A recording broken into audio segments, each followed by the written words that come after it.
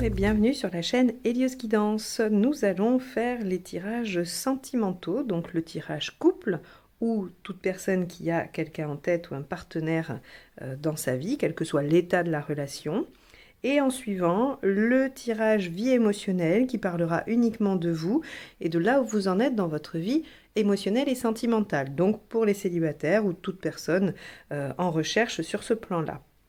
Alors pour ce faire, on va utiliser le portail des 12 d'Alias Kay pour les cartes signes comme d'habitude, le tarot du funambule pour le tirage couple et les arcades majeures du tarot de Marseille revisité par Frédéric Agide pour le tirage vie émotionnelle.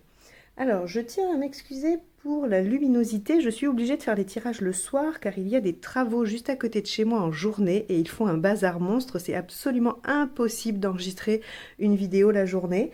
Donc voilà, pour ce mois-ci, ça m'arrive de temps en temps, mais ce mois-ci sur les sentimentales, ça sera que ça parce que je pense qu'ils en ont pour un moment. Voilà. Bien évidemment, je remercie tous les abonnés, toutes les personnes qui passent par ma chaîne, qui laissent un commentaire, un pouce en haut. C'est toujours très agréable et ça me touche, ça me fait plaisir. Donc n'hésitez pas, si vous n'êtes pas encore abonné, faites-le. Voilà, la chaîne grandit peu à peu et c'est très agréable.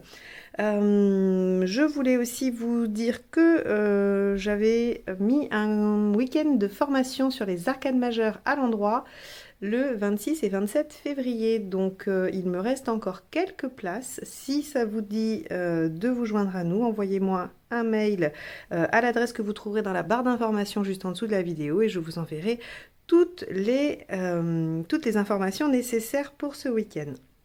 Voilà, je crois que j'ai fait le tour, donc on va se lancer dans votre tirage. On va commencer, comme je l'ai dit, par les couples ou toute personne qui voit un partenaire en tête. A tout de suite. Les Gémeaux, c'est parti pour votre tirage relationnel. Allez, quel va être l'arcade majeure qui donne le ton de ce mois-ci dans la relation ?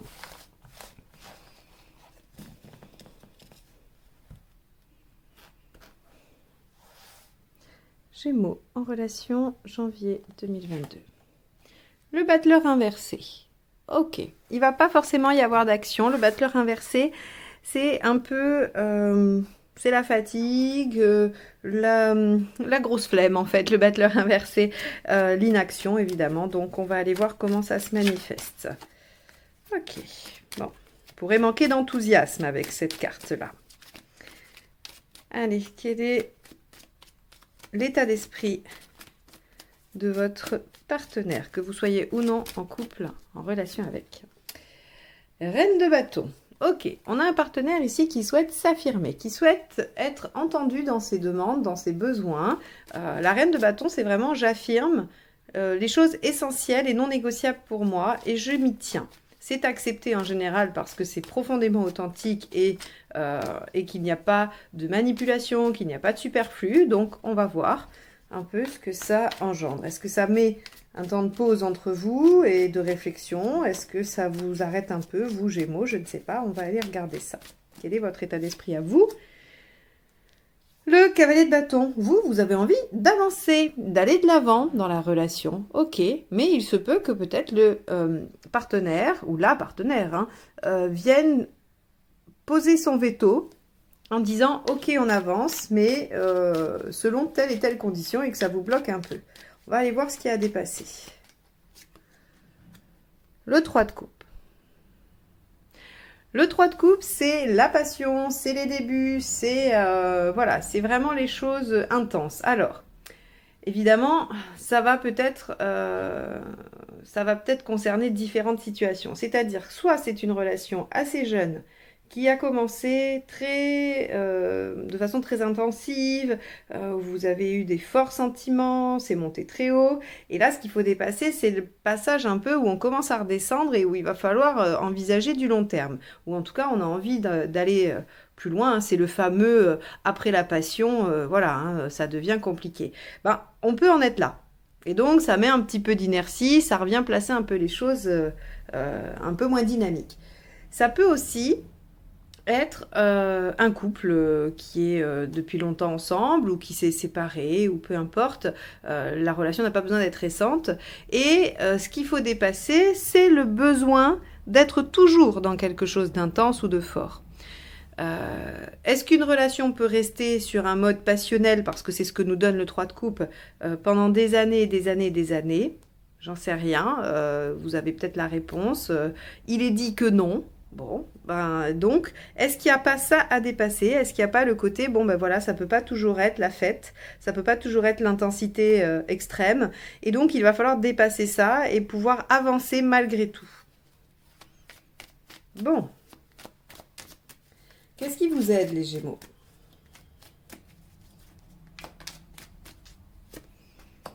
La tempérance, bah, ce qui vous aide, c'est les compromis. C'est la négociation, puis c'est aussi les conversations, les discussions, les échanges. C'est de la communication, la tempérance. Hein. Donc, communication et compromis, c'est ces deux mots-clés, on va dire. Donc là, on vous dit, ben, ce qui va vous aider, c'est d'être en communication. Vous voulez avancer, le partenaire veut être entendu. Ben, discutez de là où vous voulez aller, en prenant en compte les demandes ou les besoins. Et attention, on est avec des besoins fondamentaux, on n'est pas avec du caprice, avec la reine de bâton. Hein. Allez, qu'est-ce qui ne vous aide pas? Le 2 de coupe. Donc le 2 de coupe, quand il est mal aspecté, hein, c'est la dispute, c'est le fait de mettre du désaccord entre deux personnes. Donc on vous dit que les disputes ne servent à rien. La communication établie sur voilà ce que j'aimerais et de quoi as-tu besoin pour venir avec moi là où j'aimerais aller, c'est vraiment c'est le fruit de la réussite a priori. Quelle est l'intention du partenaire par rapport à ça? 8 de bâton. Donc, ça, c'est les communications, les changements rapides et tout ça. Donc, on pourrait avoir un partenaire qui, sur le mois de janvier, change assez rapidement de positionnement, soit capable, grâce aux discussions, d'évoluer assez vite. Il y a une notion de rapidité avec le 8 de bâton. Hein. Donc là, on a une évolution qui est plutôt pas mal et rapide. Alors vous, le chariot. Donc vous cavalier de bâton et chariot, vous avez décidé de foncer, vous êtes sur l'autoroute, les Gémeaux, ce mois-ci. Donc, vous, bah, vous avez l'intention d'avancer, et donc, il faut que le problème soit résolu. Et finalement, le partenaire, qui semble peut-être un petit peu arc-bouté sur une position, grâce à la communication, est capable de bouger assez rapidement, et du coup, on va voir hein, la résultante, mais il se peut que ça vienne se conformer à votre, on va dire, à votre état d'esprit à vous. As de bâton, l'action, vous voyez, on démarre quelque chose. Donc là, j'ai envie de vous dire, le mois de janvier peut vous paraître un peu dans l'inertie, où les choses n'avancent pas, parce qu'un partenaire veut des choses, et vous, vous en voulez d'autres. En tout cas, même si on est toujours dans le bâton, donc il y a quand même une certaine cohérence, on n'est pas sur la même énergie tout à fait. Donc, il y a quelque chose ici qui ne semble pas aller tout de suite dans la même direction, mais on vous dit très clairement que grâce à la communication, à l'échange et au compromis, et non aux disputes, aux séparations, aux ultimatums ou à tout ça, c'est pas du tout positif pour vous. Donc grâce à cette communication et ces compromis, vous arrivez à dépasser cette problématique passionnelle, hein, soit parce que la passion n'est plus là, mais vous pouvez vous retrouver autour des projets, soit parce que il faut dépasser hein, ces premiers stades. Le partenaire du coup, voyant votre position tempérance, change assez rapidement. Vous restez sur votre ligne de conduite, vous voulez avancer, et le résultat à la fin du mois, c'est qu'il y a quand même une mise en action. Donc ça, c'est plutôt chouette. Quels sont les conseils?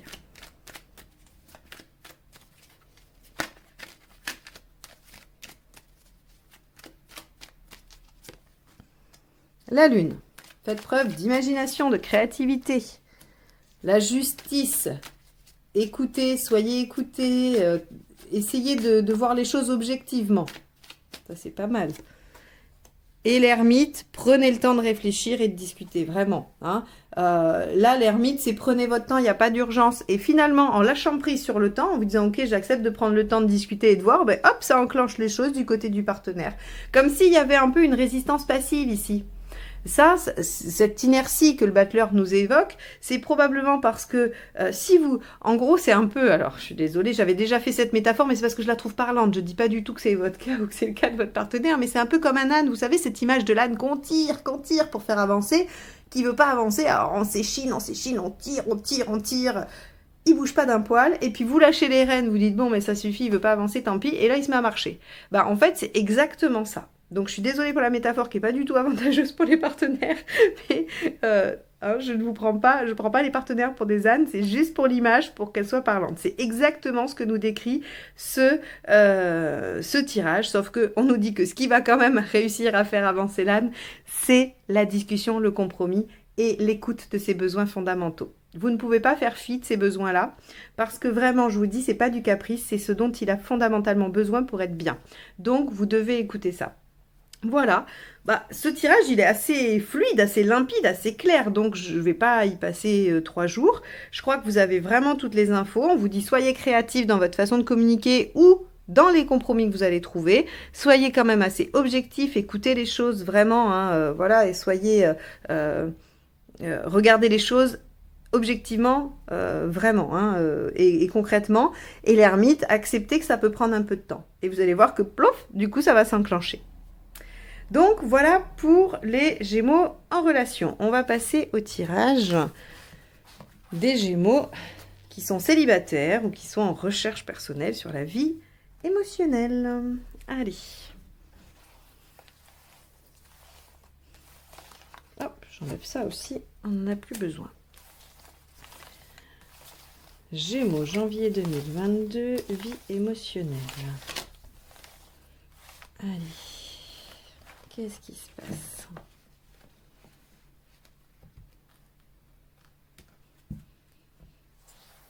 Allez, votre état d'esprit. Justice inversée. Ce que vous souhaitez. Pourquoi ça ne marche pas? Ce qu'il faut faire pour que ça fonctionne. Issue à court terme et à plus long terme. Très beau tirage. Très beau tirage, très encourageant, très positif. Votre état d'esprit, la justice inversée. Vous n'avez plus envie de suivre les règles, vous en avez marre d'être dans les méthodes. Vous avez probablement essayé, hein, soit pour ceux qui sont en travail personnel sur leur positionnement affectif, vous avez peut-être suivi 12 méthodes, ou même peut-être qu'une, mais en tout cas, vous en avez suivi, et ça ne vous convient pas. Vous avez envie peut-être de prendre un peu les chemins de traverse, de faire les choses qui sortent un peu du cadre ou de l'habitude. Donc ça peut être par rapport aux méthodes, mais ça peut aussi être par rapport à ce qu'il est bon de faire. Par exemple, vous pourriez être quelqu'un de célibataire à qui on rabâche tout le temps qu'il faut absolument qu'il trouve quelqu'un, et où vous êtes mis en tête qu'il fallait trouver quelqu'un, mais vous pourriez vous dire finalement, mais j'ai pas envie d'être avec quelqu'un. J'ai pas envie de me mettre en relation avec, ou en couple avec quelqu'un, et je vais faire les choses différemment de ce qu'on me dit de faire. Hein. La justice inversée, c'est ça. C'est je veux plus suivre les dogmes, je veux plus suivre les méthodes, je veux plus suivre la voie tracée qui est définie par le groupe, hein, qu'il soit restreint ou grand, c'est-à-dire que ce soit votre entourage ou la société. Donc ça, c'est votre état d'esprit. Envie de sortir un peu des sentiers battus.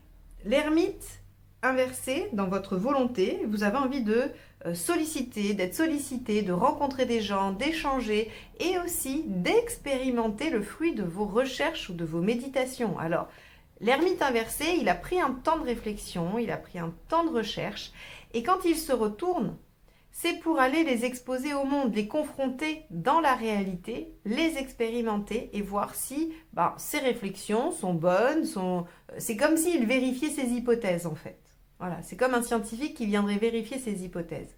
Et donc, vous avez envie de faire ça. Alors, on est toujours dans le domaine émotionnel, hein, donc soit vous avez travaillé sur votre façon d'être et vous voulez aller voir si, on va prendre l'exemple le plus classique, vous étiez en dépendance affective, vous avez travaillé votre dépendance affective, vous avez envie de voir si quand vous allez rencontrer quelqu'un, vous allez faire revivre cette dépendance ou si vraiment elle a été travaillée, guérie, apaisée. Donc, voilà ce que vous souhaitez faire. Alors, il y a pour ceux pour qui ça fonctionne et on ira directement là, puis il y a ceux pour qui ça ne fonctionne pas et donc on va passer sur le pourquoi ça ne fonctionne pas et ce qu'il faut faire pour que ça fonctionne. Pourquoi ça ne fonctionnerait pas? Le jugement vous dit, c'est le passé. C'est le retour du passé, on est tourné vers le passé avec le jugement. On est dans quelque chose qui ressuscite sans cesse les situations passées. Donc si vous voulez avoir une attitude ou une situation qui sort de l'ordinaire, qui sort des dogmes, vous ne pouvez pas forcément vous raccrocher à ce qui était passé. Ça peut être une personne, ça peut être un fonctionnement, ça peut être un type de personne. Voilà, on n'est pas forcément sur qu'un partenaire passé, d'accord? On peut être dans tous les types de comportements ou situations. ou type de personne.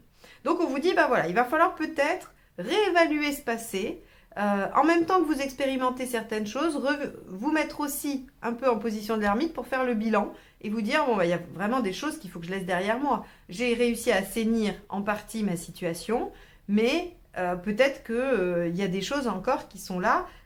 Alors, ce que je dis là, ça paraît évident à dire, mais c'est normal hein, si vous en êtes là, parce que c'est pas si simple de débusquer tout ce qui se joue inconsciemment dans nos comportements et dans nos mécanismes émotionnels. C'est très complexe et tout seul, parfois, c'est compliqué. Mais peut-être qu'en vous posant tranquillement, en essayant d'y voir clair, vous allez pouvoir repérer certaines choses du passé qui sont encore présentes et qui vous jouent encore des tours. Et donc pour ça, le pendu vous dit, prenez de la hauteur, donc c'est exactement ce que je vous dis, hein, prenez de la hauteur, prenez de la distance, prenez un temps pour essayer de les voir sous un autre angle, pour essayer de voir la situation différemment et pour éventuellement débusquer ce qui vient poser problème. Si vous faites ça, il y a le fou, il y a le mât en issue à court terme, ça veut dire qu'il y a une libération très rapide. Hein, et peut-être que pour certains qui n'ont pas des difficultés, ils sont sur une libération très rapide. C'est-à-dire que, hein, comme j'ai dit, si ça fonctionne, on passe directement là. Donc, si l'ermite, le fait d'aller confronter vos hypothèses et de vérifier qu'elles sont bien ancrées et que tout fonctionne bien chez vous, enfin, quand je dis fonctionne bien, je ne sais pas si c'est le terme, mais en tout cas, que voilà, vous avez réussi à guérir certaines choses, eh bien, le mât ici vous dit, il y a une libération, il y a un nouveau départ, il y a une émancipation. Le fou, c'est vraiment, ça va, je me lance dans la vie, confiant et serein de ce qui va m'arriver, fort de mes expériences passées et des outils que j'ai accumulés. C'est vraiment ce qu'il se dit, le mât. Donc, on a à court terme déjà une belle réussite. Et ce que nous dit l'étoile inversée à long terme, c'est que on aura une belle récompense. La situation va s'améliorer, mais au fruit de nos efforts. C'est-à-dire que l'étoile inversée reste positive, mais elle demande à ce qu'il y ait des efforts de fournis. Comme ceci, on vous aurait dit, ben voilà, vous allez avoir un cadeau sur la route, vous allez tomber sur la personne ou la situation idéale affective pour vous. Et bien comme ça, on vous dit, vous allez tomber sur la situation idéale affective pour vous, mais ça vous coûtera des efforts. Et ces efforts-là, c'est probablement d'aller débusquer ce qui vous entrave encore aujourd'hui, afin de nettoyer encore un peu plus. Je ne vais pas dire complètement parce que je crois que c'est le travail d'une vie. Hein, quand on commence le développement personnel et quand on commence à aller chercher, on sait qu'on peut en avoir jusqu'à la fin de ses jours. Donc je ne vais pas dire complètement, mais je pense qu'on peut atteindre assez vite un état qui nous convient. Hein, si on est dans le travail sur l'acceptation de soi, on peut arriver assez vite à être au clair avec ses qualités, avec ses défauts, à être vigilant quand on sait qu'il y a des choses qui peuvent nous jouer des tours. Voilà, je pense qu'on peut déjà arriver à une situation plutôt pas mal. Donc ici, un très beau tirage qui vous dit, vous avez décidé un peu de vous suivre vous-même et d'arrêter d'écouter les conseils ou les méthodes ou les choses comme ça. Vous allez confronter le fruit de vos réflexions ou de votre travail à la réalité. Vous allez essayer de valider vos hypothèses dans votre vie émotionnelle. On vous dit, si ça ne fonctionne pas, c'est qu'il y a encore des choses du passé qui sont là. Il va falloir prendre un peu de hauteur et du temps pour aller les débusquer. Mais très vite, on a une libération et une récompense qui vient saluer vos efforts. Donc, les Gémeaux, c'est un très beau tirage, très encourageant. Si vous souhaitez une rencontre, il me semble qu'elle pourrait arriver assez rapidement dans les semaines à venir. Voilà, en fin janvier ou début février. Il y a quelque chose en tout cas de très positif pour vous dans cette démarche-là. Voilà, j'espère que ce tirage vous aura donné des pistes de réflexion, qu'il vous aura au moins donné quelques questions à aller creuser. C'est son seul objectif, il n'a pas d'autre ambition. Donc voilà, moi je vais vous remercier de m'avoir écouté jusque-là et je vous souhaite un très bon mois de janvier. À bientôt, au revoir.